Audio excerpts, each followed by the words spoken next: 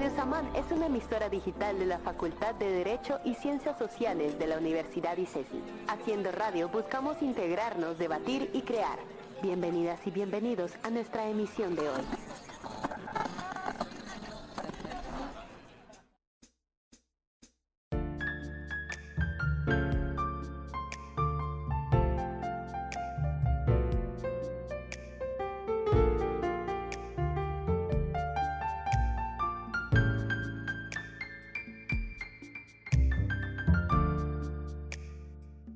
Pandemia literaria, un espacio para leer, conversar y contagiarse de literatura.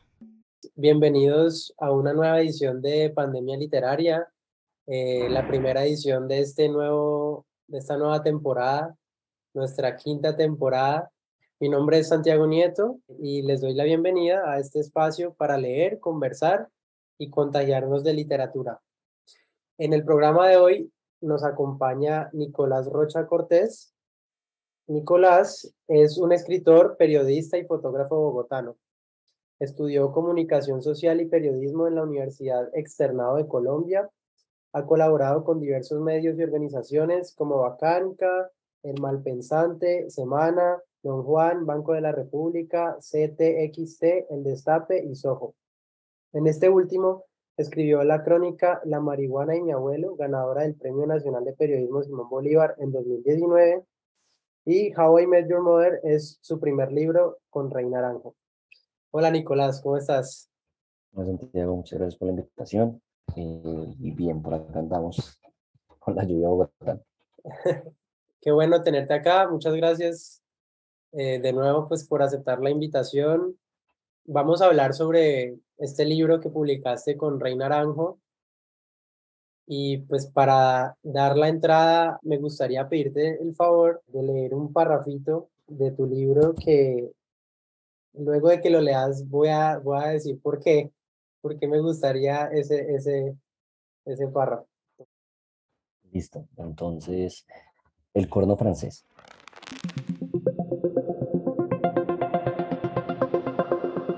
Un corazón roto es un cepo del que es difícil escapar. A diferencia de otros animales que caen en ellos, muchos seres humanos no tenemos estómago para clavar los dientes, desgarrar la carne todavía caliente y dejar una parte de nuestra anatomía atrás con tal de sobrevivir. Preferimos sentarnos al lado de la piel que se pudre y esperar a que algo bueno suceda. Con el tiempo, el cuerpo se intenta adaptar a una ausencia, olvidar que hay un brazo, una pierna o una persona, pero los dolores fantasma irrumpen una mañana cualquiera cuando todo parece mejorar.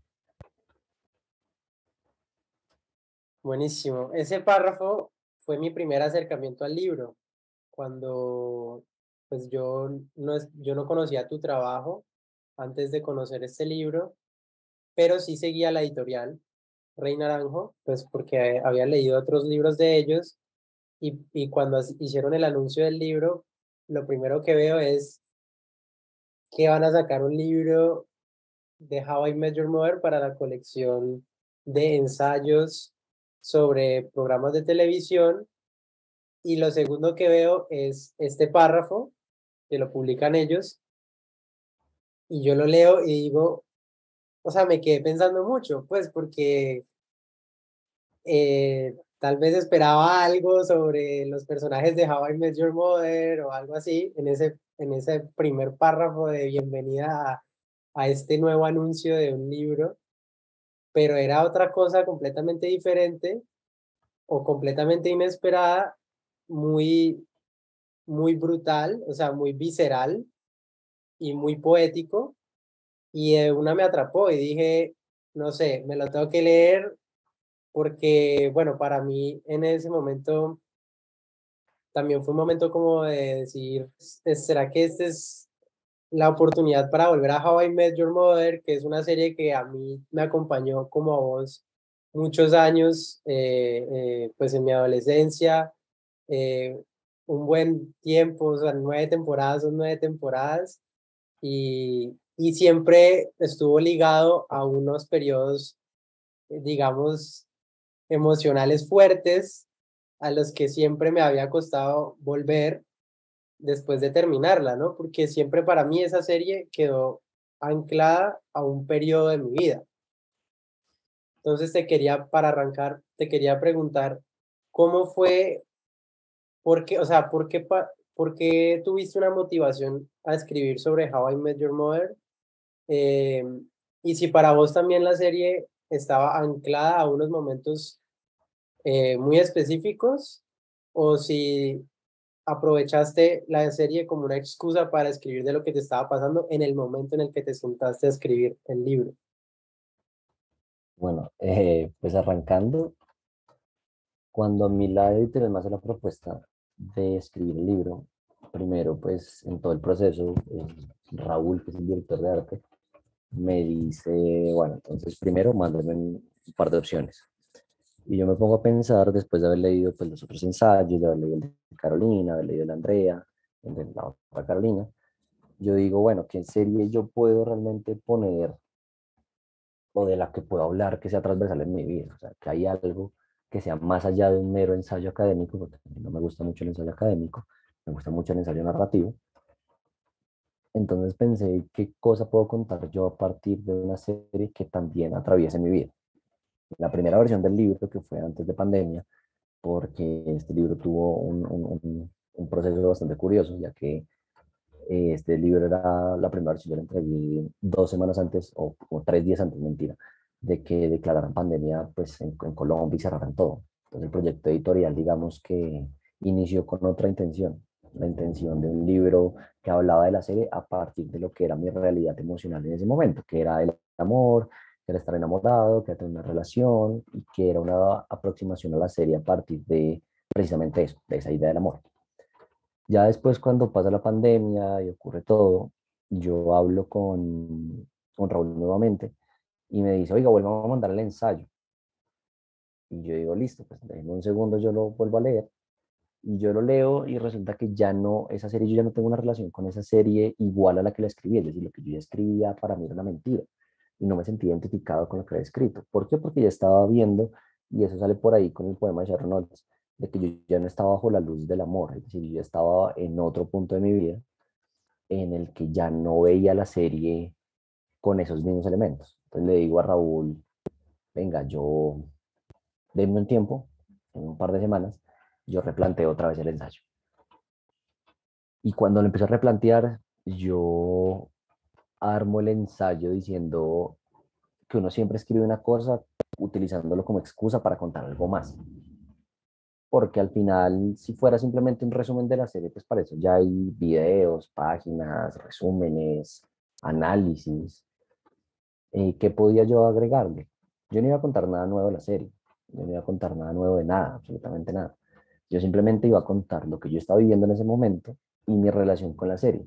La relación que yo también tenía, eh, que tomaba como base exactamente lo mismo que tú. Esa adolescencia, cuando no la vio, cuando no tenía como una aproximación al amor, a las relaciones personales, a los 30 que se acercaban por algún lado, a lo que iba a ser un adulto, pues claramente una realidad muy, muy gringa, muy de clase media neoyorquina. Y simplemente la serie estaba ahí. La vaina era como que cuento a partir de la serie. Porque yo no solo cuento a partir de mi tusa, sino también cuento a partir de mi abuela, a partir del ejercicio de memoria de mi familia, porque empiezo a encontrar puentes. Es decir, hago un ejercicio de decir, bueno, la serie, y ese ejercicio también va muy de la mano del editor, que es Alberto Domínguez, que nos sentamos un día después de ver un borrador y decimos, ¿cuáles son los elementos que se repiten? El amor y la memoria. Decimos como que dividámoslo y hagamos el amor por un lado, la memoria por el otro, pero empecemos a dar una versión más profunda en la que igual yo meta esas ideas y lo que yo pienso acerca de esas ideas y cómo esas ideas están en mi vida. Entonces empiezo a decir, bueno, la memoria cómo, ¿no? Mi abuela, la Alzheimer, las demás, el amor cómo, ¿no? Pues la ruptura, el fin de una relación, etcétera, etcétera. Y también el camino para llegar a esa relación y el camino para llegar a ese amor a partir de la adolescencia y la juventud. Y al final el ensayo se convierte en, en la manera que encuentro yo de contar un pedazo de mi vida situado tanto en el pasado como en el presente, de simplemente lo que siento. Entonces yo termino contando lo que siento, lo que sé, lo que he vivido y el relato termina conformándose de una manera tan personal que al final la gente valora mucho esa intimidad que se genera en el texto, porque es tan personal que al final se vuelve universal, es decir, a todo el mundo le han roto el corazón, a todo el mundo se le mueren los abuelos, todo el mundo también creció viendo Acción Pura en Caracol o novelas en RCN y demás, y ahí empezamos a tener como un puente en el que la serie y mi vida se ponen en un mismo punto. Claro, el libro se convierte más que un relato sobre la serie, un retrato del televidente, del que está, de tu vida y cómo transcurre tu vida mientras How I Met Your Mother está de fondo, ¿no? Em, Exacto. eso me parece muy brutal, y yo justo te quería preguntar, como desde tu perspectiva de escritor, ¿cómo es para vos sentarte a leer lo que has escrito de un amor pasado o lo que hay escrito de cómo quisiste a alguien que ya no está? O sea, eso a mí me parece un tema fuerte.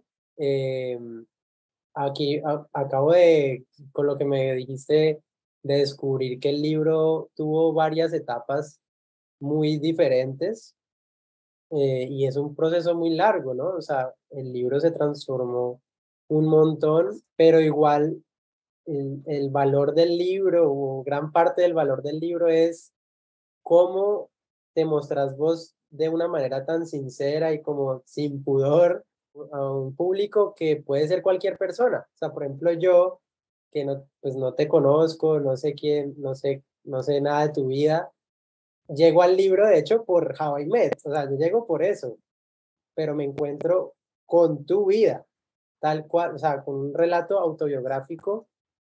Entonces, primero, cómo es para vos sentarte a leer lo que has escrito de algo que ya no es?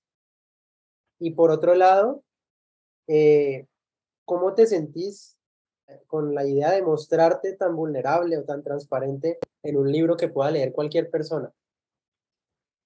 Entonces, la primera te la respondo, pues más que todo, yo no suelo releer las cosas que publico, porque eso es un dolor de cabeza, más allá de lo que te recuerde, es porque has releído tantas veces el texto que ya sabes dónde están los puntos flacos, como hay oraciones que tú dices, "Ah, esto me puede haber salido mejor, acá esto lo puedo haber dicho de otra manera".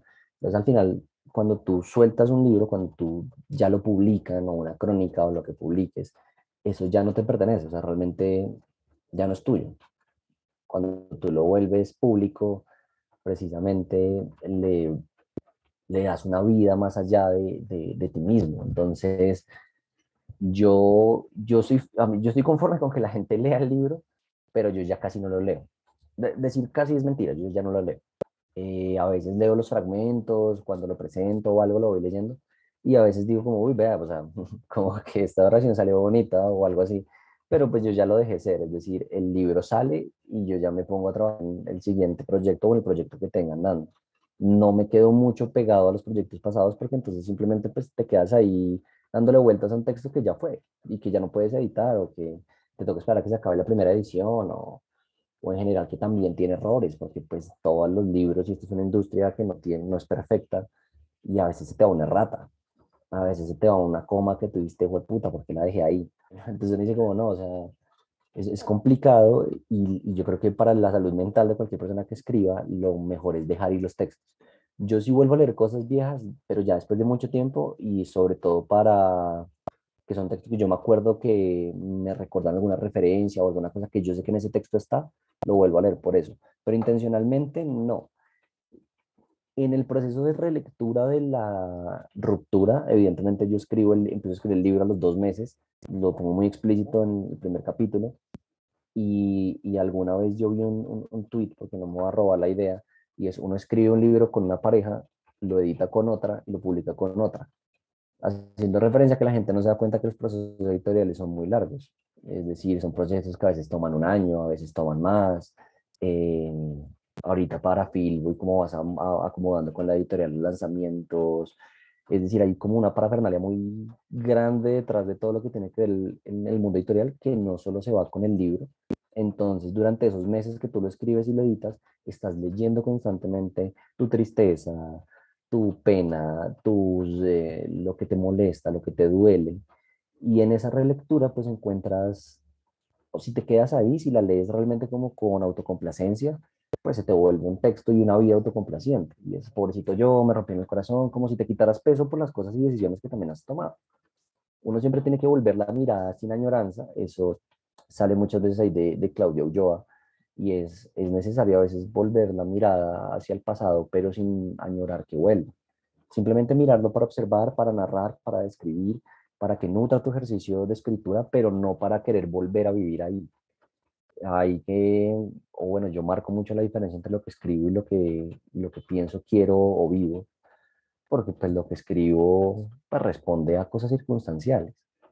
Y ahí se pega con la otra pregunta que me hiciste y es, usualmente cuando uno escribe, uno no creo tanto que se muestre vulnerable o demás, pero uno tiene que ser sincero.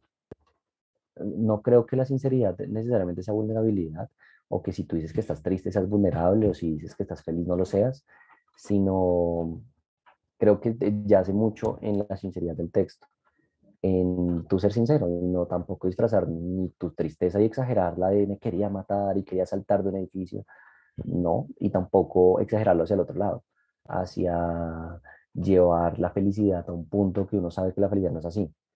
Se trata de intentar mantener las cosas dentro de lo normal, dentro de lo humano, dentro de la realidad, de que claramente en la tusa tienes días buenos, días malos. Hay pedazos en el texto en el que la felicidad sube y en otros momentos baja, pero porque pues así también es el proceso y así también es la vida. A mí lo que me ha alegrado mucho el libro es que esa sinceridad que creo que tiene, o que me dicen usualmente las personas que lo leen que tiene, me alegra en el sentido de que la gente se siente identificada y se siente enunciada. Y creo que la enunciación es bonita, y enunciar el dolor y la tusa y los momentos difíciles también es importante. Entonces, cuando tú enuncias ese tipo de dolores y de cosas, la gente no creo que sea como muy como por empatía, sino que también casi siempre llega a ti y te manda un mensaje y te dice, me encantó el libro porque me recordó que, porque mi abuela también tuvo esto, porque también Zetangana me acompañó en mi tusa, y la gente empieza a encontrar de dónde pegarse. Incluso se pega de cosas que tú no tienes ni idea. Porque al final tú sí eres responsable de lo que escribes, pero no de la que la gente interpreta. Tú no puedes realmente controlar eso. Entonces la gente empieza a interpretar un montón de cosas raras, de, de no, es que te desnudaste en el libro. Es como, no, pues no me desnudé, simplemente conté lo que estaba pasando. Que la gente a veces le sorprende la sinceridad, claro, porque la gente suele ser muy mentirosa y suele meterle mucha ficción a su personaje para no verse, para siempre verse fuerte o demás. Yo simplemente, como la serie, y eso también va de la mano de la serie, es que yo digo ahí que a mí lo que me gusta de los personajes es que se contradicen, que son muy humanos y que tienen muchas emociones.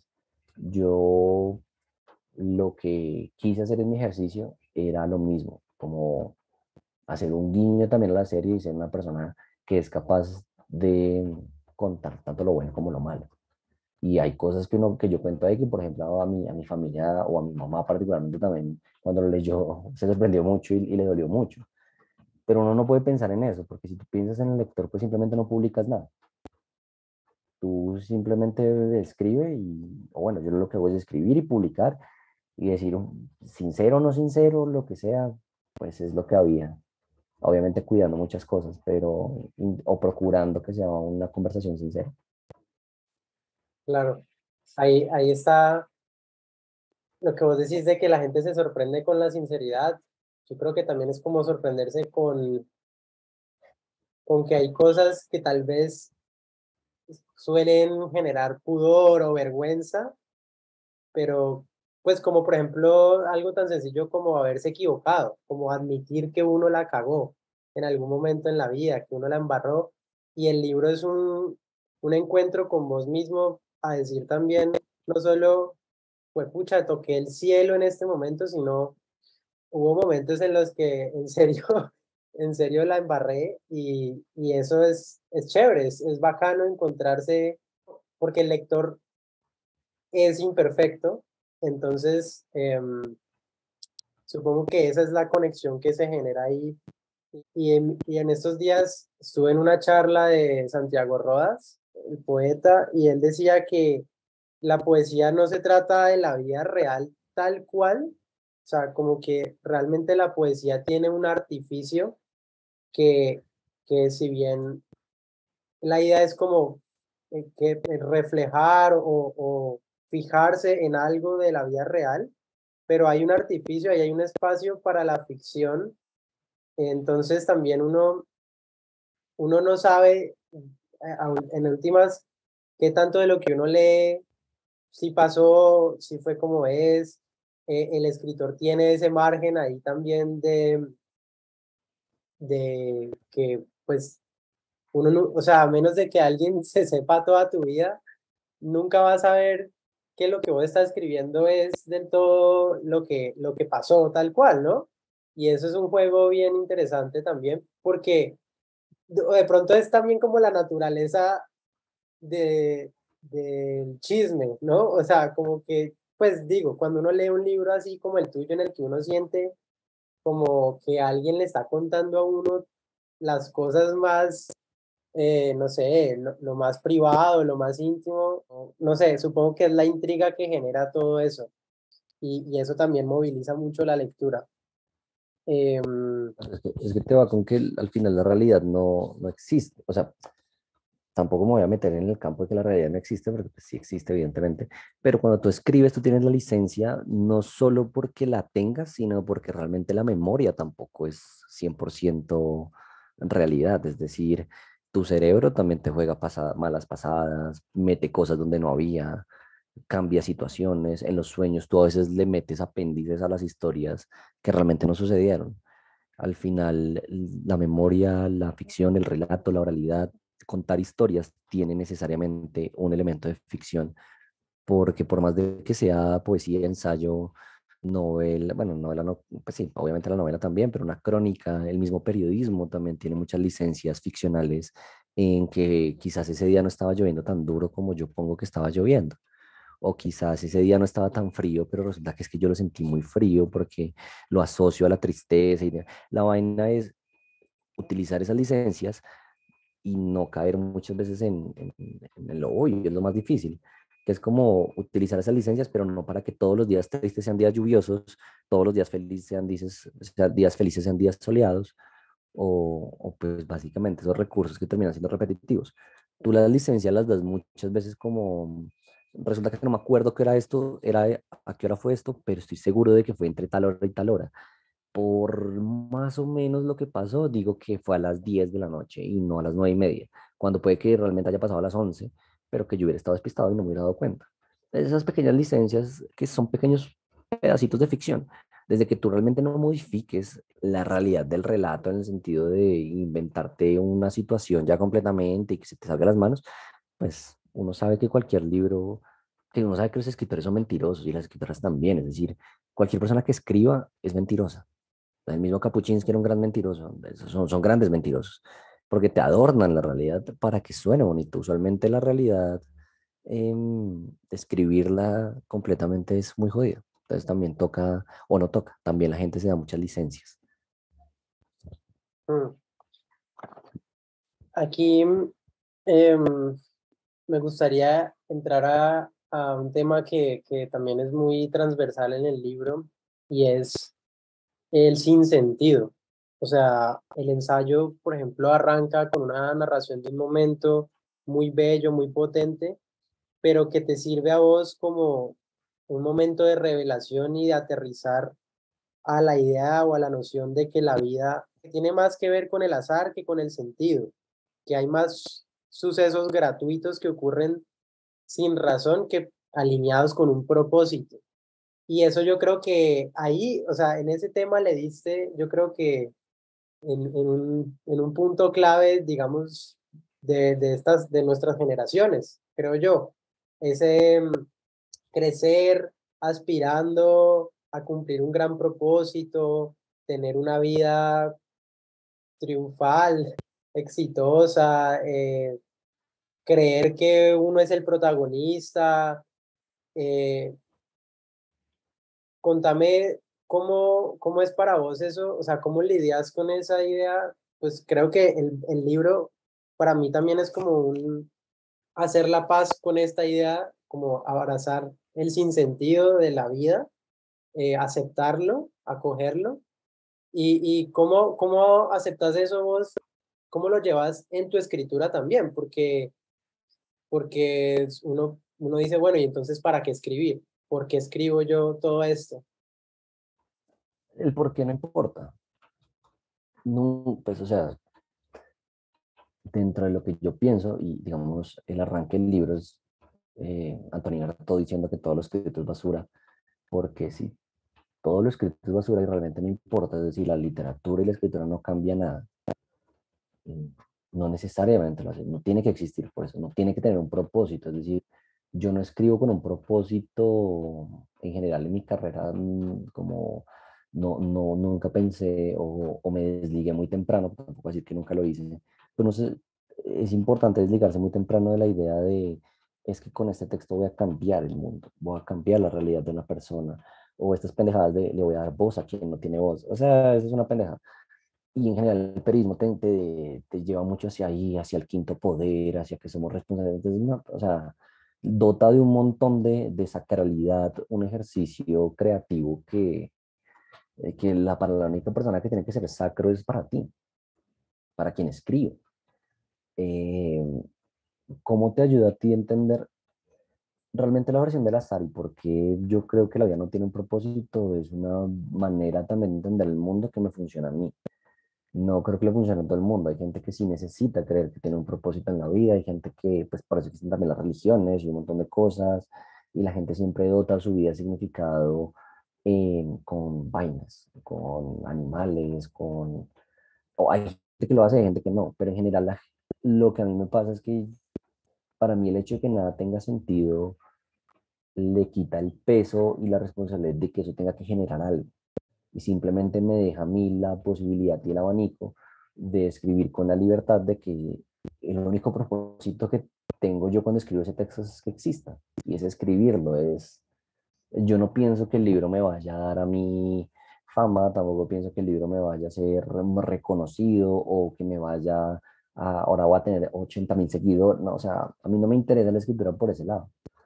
A mí simplemente me gusta la escritura como experimento y como un ejercicio en el que yo pruebo cosas, en el que yo soy curioso y a veces escribo de cierta manera, a veces de otra, pienso cómo puede existir esta historia de esta manera, pienso cómo puede existir esta otra de otra manera, pero le quito esa responsabilidad de que resulta que lo que tengo que hacer tiene que cumplir un propósito y yo en la vida tengo que cumplir un propósito. Es como no, o sea, pues no hay nada más gratuito que la misma existencia. Pues nacer acá, justo en Bogotá, en este momento, conocer a la persona que conozco, tener directa, es completamente gratuito, es completamente random, no hay ningún mérito en eso. Si no hay mérito en nacer, también las cosas que he hecho en mi vida, eh, pues no es como que hayan servido o rendido un propósito mayor. Rinden el mismo propósito que tenían que pasar o que yo dejé que pasaran o que yo hice que pasaran. Entonces es quitarle la responsabilidad del destino y al futuro de tus decisiones y simplemente asumir que las cosas que tú haces tienen consecuencias inmediatas, no en el futuro, no en el pasado, no nada más. Y asimismo es abordar tu escritura. La escritura entendida como un ejercicio del presente, sin esperar qué va a pasar en el futuro, cómo van a reaccionar, cómo le va a ver a la gente, cómo le va a ver al libro. Tú escribes porque quieres escribir, o si no, pues no lo hagas. Pero escribir con un propósito, como con un sentido, como por vender o por hacer algo, ufa, me parece muy difícil, porque es como la literatura por encargo. Para mí la literatura por encargo es rara, o sea, los textos a veces salen. Que las cosas no tengan razón de ser no significa que no tengan importancia. Eso obviamente tú tienes que trabajar, tienes que leer, tienes que cuidar tus textos y cuidar lo único que tú puedes controlar, que es el trabajo que tú le pones a las cosas. Cuando ya lo sacas, no depende de ti, no depende de nada. Lo mismo pasa en la vida, o así vivo yo la vida. Cuido mis decisiones, intento hacer las vainas lo mejor posible, sin tener necesariamente creer que por ser buena persona o hacer buenas acciones merezco algo. Yo creo que ni en la literatura ni en la vida se merece, simplemente las cosas pasan. Hay gente muy buena a la que le pasan cosas malas. Y así pasa. Hay libros muy buenos que simplemente nunca los lee nadie. Y hay libros muy malos que terminan siendo los más vendidos. Es simplemente entender que es 50-50. Tú con cada decisión literaria o de texto o de vida que tomas, lanzas una moneda y tienes igual de posibilidad de que salga bien como que salga mal. este libro pudo haber sido un gran éxito o pudo haber sido un fracaso completo. No depende de mí, yo lo único que hago es dar lo mejor que puedo escribiendo en el momento en el que estoy, sin pensar en eso, si no me vuelvo loco y digo, como no, entonces, la puta, ¿qué hago? ¿Cómo hago para que esto sea mejor? ¿Cómo hago para que cumpla este propósito de que sea? No, no, es simplemente dejar que las cosas existan, trabajarlas, pero no pensar que necesariamente esa acción tiene la consecuencia lógica. A veces ni siquiera tiene consecuencia, o a veces tiene la consecuencia por allá dilatada en 2 años, o tiene la consecuencia que tú no quieres. Sí, eso me gusta mucho ese tema de desacralizar las artes, porque pues a fin de cuentas la creación está al alcance de todos. O sea, cualquier persona puede sentarse a escribir. Eso me lleva a una idea que te leí en otra entrevista que te hicieron, que decís, puedes escribir lo que sea, partirlo y después decir, bueno, vamos a ver cómo juego con esto. Yo creo que en últimas, aunque uno lo lea ya impreso en un libro de 100 páginas y uno cree que lo escribieron en orden y tal, la escritura también tiene ese azar, ¿no? Tiene mucho de esa aleatoriedad y me recuerda mucho a una cita de Marguerite Duras que dice, escribimos para saber qué escribiríamos si escribiéramos, ¿no? ¿De Eh, acuerdo? ¿Cómo ves eso vos? O sea, a veces uno necesita una consigna para ponerse a escribir, pero después realmente como que haya mucha planeación de lo que va a suceder mientras se escribe, no hay. Tú puedes planear.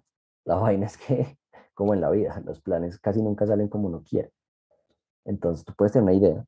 Evidentemente, tú dices, bueno, voy a escribir sobre esto, esto y esto. Y tú empiezas a escribir y resulta que el texto empieza a encontrar otros caminos. Y se va por un lado, se va por el otro. Y tú dices, bueno, acá pues sirve, esto no sirve. Y ese juego de la literatura es un juego de creación, es decir, Marguerite Duras, George Perec, Joe Brainard, en general la literatura, la Ulilipo, por ejemplo, toda la Ulilipo, pero en general la literatura que a mí me gusta o los textos que yo consumo son textos en los que muchas veces es evidente el juego. A mí no me gusta mucho la escritura que a veces puede ser entendida como una escritura de fórmula, a pesar de que la fórmula no creo que exista. Muchas veces esos textos que parecen fórmulas, a veces, o los grandes escritores, es como uf, no, digamos, tengo un gran amigo, también escritor, que le gusta mucho Sebald, y yo si leo a Sebald digo, pues, es muy difícil hacer Sebald, es muy difícil imitar a Sebald, es muy difícil lograr crear ese tipo de escritura, pero al final eso siempre responde a un juego, a una curiosidad, a querer crear cosas. Yo, en toda mi escritura, yo siempre he jugado o me he dado las licencias creativas de, como no me interesa crear una literatura que se entienda como alta literatura o que la gente diga, wow, es que escribe muy bien, que eso es muy difícil porque uno cuando empieza a escribir casi siempre quiere los primeros textos o en general los textos, incluso puede ser empezando o durante toda la carrera, uno a veces hay párrafos en los que dice, uff, en este párrafo yo quería demostrar que sé escribir, que he leído mucho, imitando juegos. Y ahí es donde se le empieza a sentir artificial. ¿No? O sea, bueno, esto como que no. Pero esa literatura, o sea, ese juego literario a mí me llama mucho la atención porque creo que la creatividad nace mucho de esa curiosidad infantil de andar por ahí mezclando cosas. Hacer lo que hizo Rulfo, de partir todo Pedro Páramo y volverlo a pegar y decir, como, bueno, vamos a ver cómo sale. Pero eso lo vas entendiendo con el juego. Es ensayo y error. Lo que pasa es que a la gente usualmente no le gusta publicar sus errores y a veces los errores se hacen públicos y a veces los errores no son del todo errores. La crónica de Simón Bolívar, por ejemplo, es una crónica escrita mucho a partir de puntos, de oraciones con puntos y casi sin comas. Otro experimento que me dio por hacer porque dije, puta, quiero empezar a escribir muy en punto para que vayan en embudo hasta el final y lograr ser muy reduccionista, como hacer, minimizar la expresión del texto a casi que lo pudiera reducir a un verbo. Y dije, puta, lo vamos a hacer. Sirvió, funcionó en ciertos momentos, en otros momentos quizás el ritmo se parte, el punto no sirve, pero para tú saber qué sirve y qué no sirve tienes que experimentar.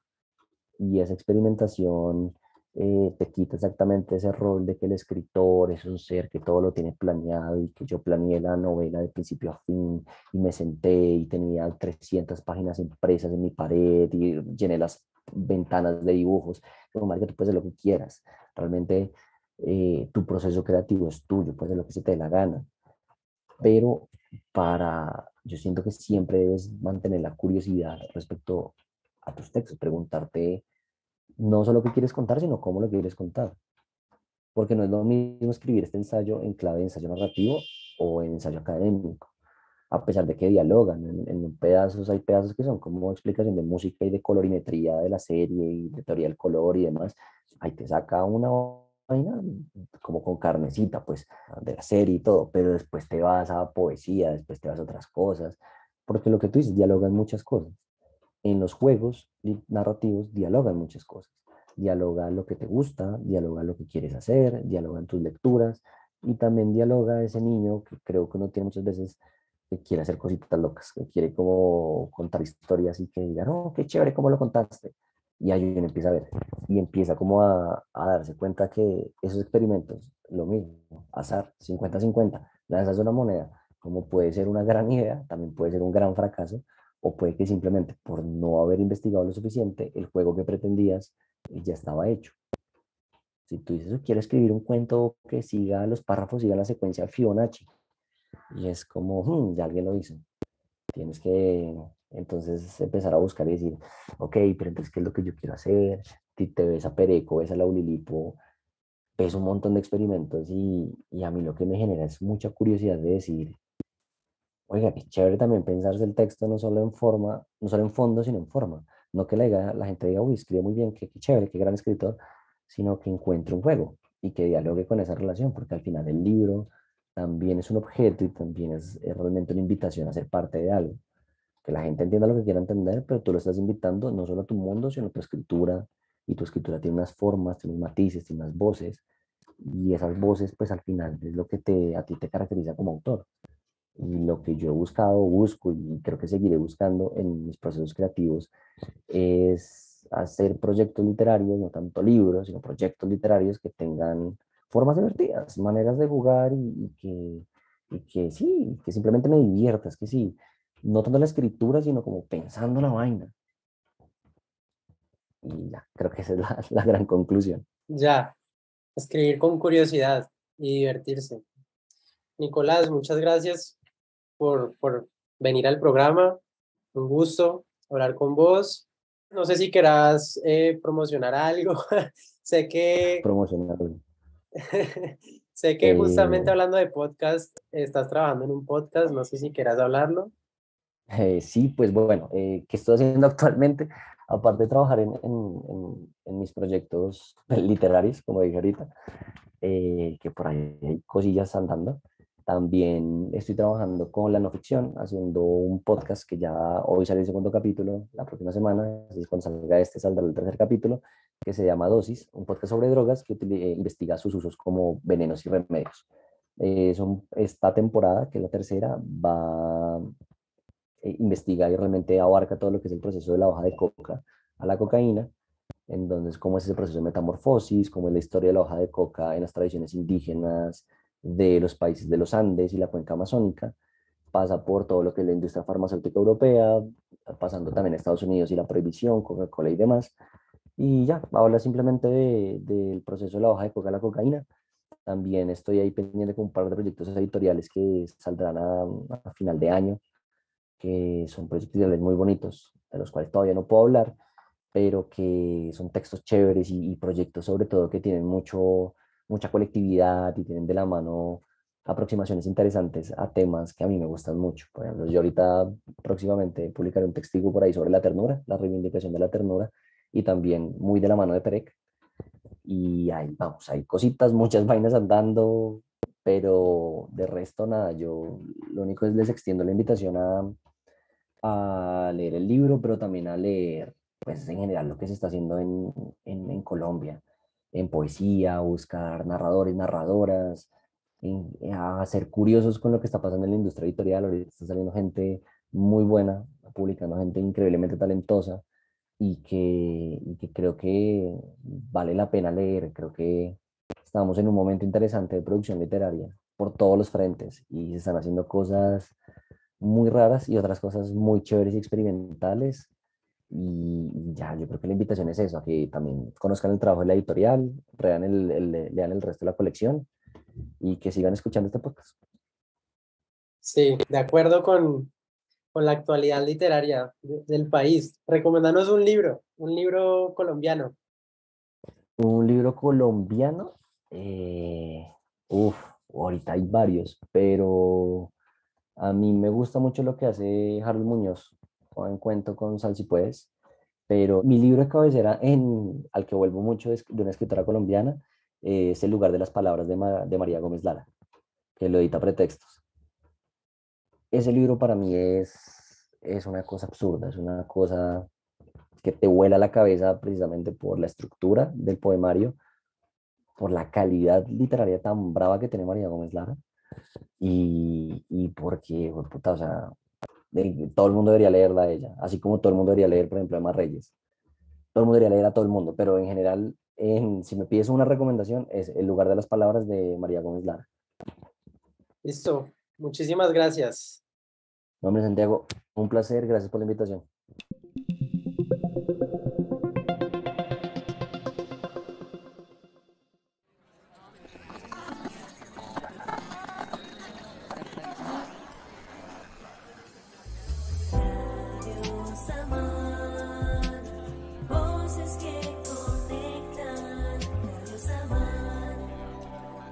Radio Samán es una plataforma radial de la Facultad de Derecho y Ciencias Sociales de la Universidad ICESI. Sigue nuestras transmisiones de lunes a viernes por YouTube en www.youtube.com/c/Radio Samán o encuéntranos solo como Radio Samán. Para más detalles de la programación y la plataforma, estamos por Instagram en @radio_Samán. Bienvenidas y bienvenidos a nuestra emisión de hoy.